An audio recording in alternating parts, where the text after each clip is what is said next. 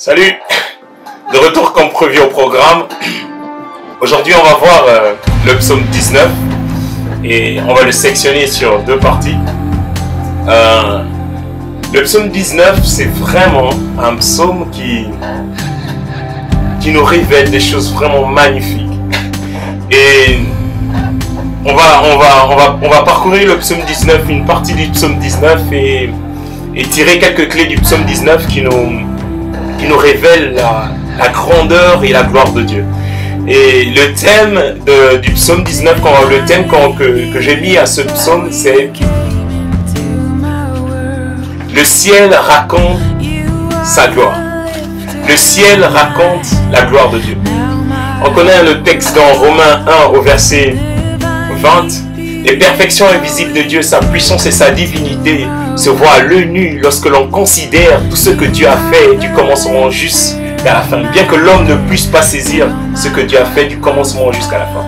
Les perfections invisibles de Dieu, sa puissance et sa divinité se voient à l'œil nu lorsque l'on considère ce que Dieu a fait. Ce texte nous montre déjà et nous révèle déjà que toutes choses ont été créées par Dieu. Dans le livre de la Genèse, il dit au commencement, Dieu créa les cieux et la terre. Et toute la création nous prouve l'existence de Dieu. Toute la création nous démontre qu'il y a rien qui s'est fait au hasard. Et sur le thème, le ciel raconte sa gloire. Le premier point que je vais te laisser, c'est que la création parle de son créateur. Le premier point, c'est la création parle de son créateur. Le deuxième point, c'est que, sur deux points, sa parole synchronise chaque événement dans sa création. Ça veut dire que, comme toute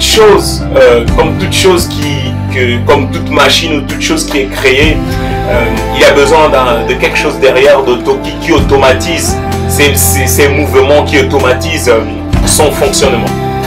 Et Dieu a créé toutes choses par sa parole. Et il a légué aussi le pouvoir à sa parole de synchroniser chaque chose dans toute sa création. Ça veut dire que la parole de Dieu, c'est écrit dans Hébreux 3, Dieu a mis toute sa parole, Hébreux 1:3, dans les derniers temps, sa parole soutient toutes choses. C'est-à-dire que Dieu a créé toutes choses par sa parole et pour son fonctionnement, pour le fonctionnement de toute sa création, il a aussi laissé sa parole gérer toutes choses. Comme le fil rouge de tout ce que je partage, c'est que la vie et la mort sont au pouvoir de la parole. De la même manière, puisque sa parole, c'est elle qui dirige toutes choses, donc il y a tout un plaisir de méditer ce que la parole de Dieu veut nous laisser. On y va. Il y a des belles petites notes que j'ai prises. On va directement lire le psaume 19 qui vont vraiment encourager. Le ciel raconte la gloire de Dieu et l'étendue révèle l'œuvre de ses mains. Le jour, on instruit un autre. La nuit, on donne la connaissance à une autre nuit. Ce n'est pas un langage, ce ne sont pas des paroles. On n'entend pas leur son. Cependant, leur voix parcourt toute la terre. Leurs discours vont jusqu'aux extrémités du monde. Il a dressé une tente pour le soleil. Et le soleil, pareil à un époux qui sort de sa chambre, s'élance dans la course avec la joie d'un héros. Il se lève à une extrémité du ciel et termine sa course à l'autre extrémité. Rien n'échappe à sa chaleur. La loi de l'Éternel est parfaite, elle donne du réconfort.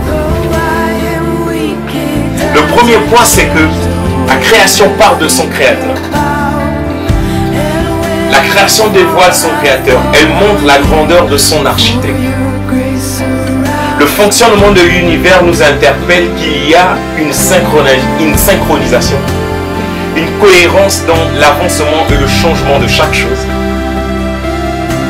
Un peintre se démarque des autres peintres simplement par son œuvre qui impose sa valeur. C'est-à-dire que d'un peintre à un autre, d'une œuvre à une œuvre, en fonction de celui qui l'a fait, il y a une marque. La création dans toute sa grandeur de voile ou encore révèle son auteur, Dieu. Il dit, il commence au psaume, il dit, le ciel raconte la gloire de Dieu. Et l'étendue révèle l'œuvre de ses mains. Ça veut dire que, ce que nous devons noter ici, c'est que l'univers, la création qui nous entoure, est tellement synchronisée, les temps sont tellement faits de manière tellement bien faite, les choses se font tellement, on peut voir la pluie et le soleil en même temps, l'arc-en-ciel, il y a tellement de choses qui se font tellement, de manière tellement synchrone que tu peux pas me dire que c'est du hasard quand même. Il y a tellement de choses qui se définissent, il y a tellement de choses qui se font dans un agencement tellement bien fait, tellement bien synchronisé que tu peux pas dire que c'est le hasard. Le jour on instruit à un autre, la nuit on donne la connaissance à une autre nuit. Ça veut dire que quand Dieu a dit que la lumière fut, que la lumière soit et la lumière fut, ça veut dire que dans l'entité de la lumière, elle a reçu un ordre de la parole de Dieu d'être et elle fut.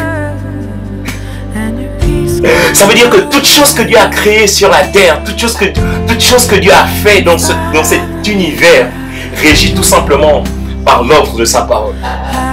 C'est sa parole qui dit et les choses se font.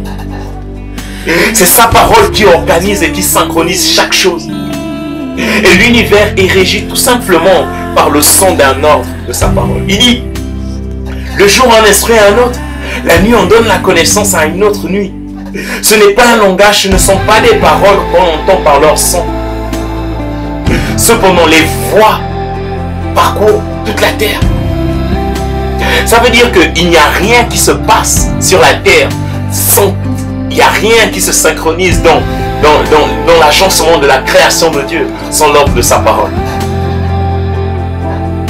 Le ciel raconte sa gloire. Le ciel raconte sa gloire tout simplement du fait que toutes choses sont synchronisées par l'œuvre de sa parole. La création parle de son créateur. La création parle qu'il y a quelque chose qui se fait et son créateur est derrière et contrôle toutes choses par sa parole. Maintenant, le point que je vais ajouter puisque la vie et la mort sont au pouvoir de la parole, quel est l'intérêt pour nous de comprendre toutes ces choses? Quel est l'intérêt pour nous de comprendre que toutes choses sont régies par sa parole? Et le deuxième point, que sa parole synchronise chaque événement dans sa création. Sa parole est l'agent de contrôle pour le fonctionnement de son œuvre. Sa parole est l'agent de contrôle pour le fonctionnement de son œuvre. L'homme est une créature de Dieu. Je suis une créature de Dieu. Tu es une créature de Dieu. Et puisque sa parole est l'agent de contrôle pour le fonctionnement de sa création, ça veut dire que en tant que créature de Dieu, sa parole doit être l'élément de contrôle pour le bon fonctionnement de sa créature. Quel est l'intérêt pour toi et pour moi de laisser la parole de Dieu être notre élément de contrôle? C'est simplement pour notre bon fonctionnement. Ton bon fonctionnement, mon bon fonctionnement, mon fonctionnement optimal, mon fonctionnement normal, mon fonctionnement qui doit être dépend de sa parole. Sa parole, elle est l'agent de contrôle pour le bon fonctionnement de ta vie et de ma vie. Puisque sa parole est l'agent de contrôle de bon fonctionnement de son œuvre, ça veut dire que toute chose, toute personne qui ne vit pas sous le contrôle de l'agent de sa parole, il est en dysfonctionnement. Oh, ça veut dire que tu as besoin, j'ai besoin de me soumettre au contrôle de la parole de Dieu pour que je puisse fonctionner normalement.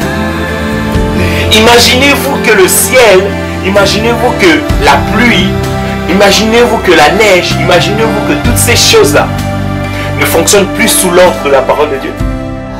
C'est un dysfonctionnement total. Je vais t'encourager aujourd'hui et dis-toi une chose, que le ciel raconte sa gloire, c'est simplement parce que toutes choses sont régies par sa parole. Et pour finir cette partie, je vais t'encourager que c'est vraiment l'appel de Dieu sur nos vies de vivre sous le contrôle de sa parole. Ciao.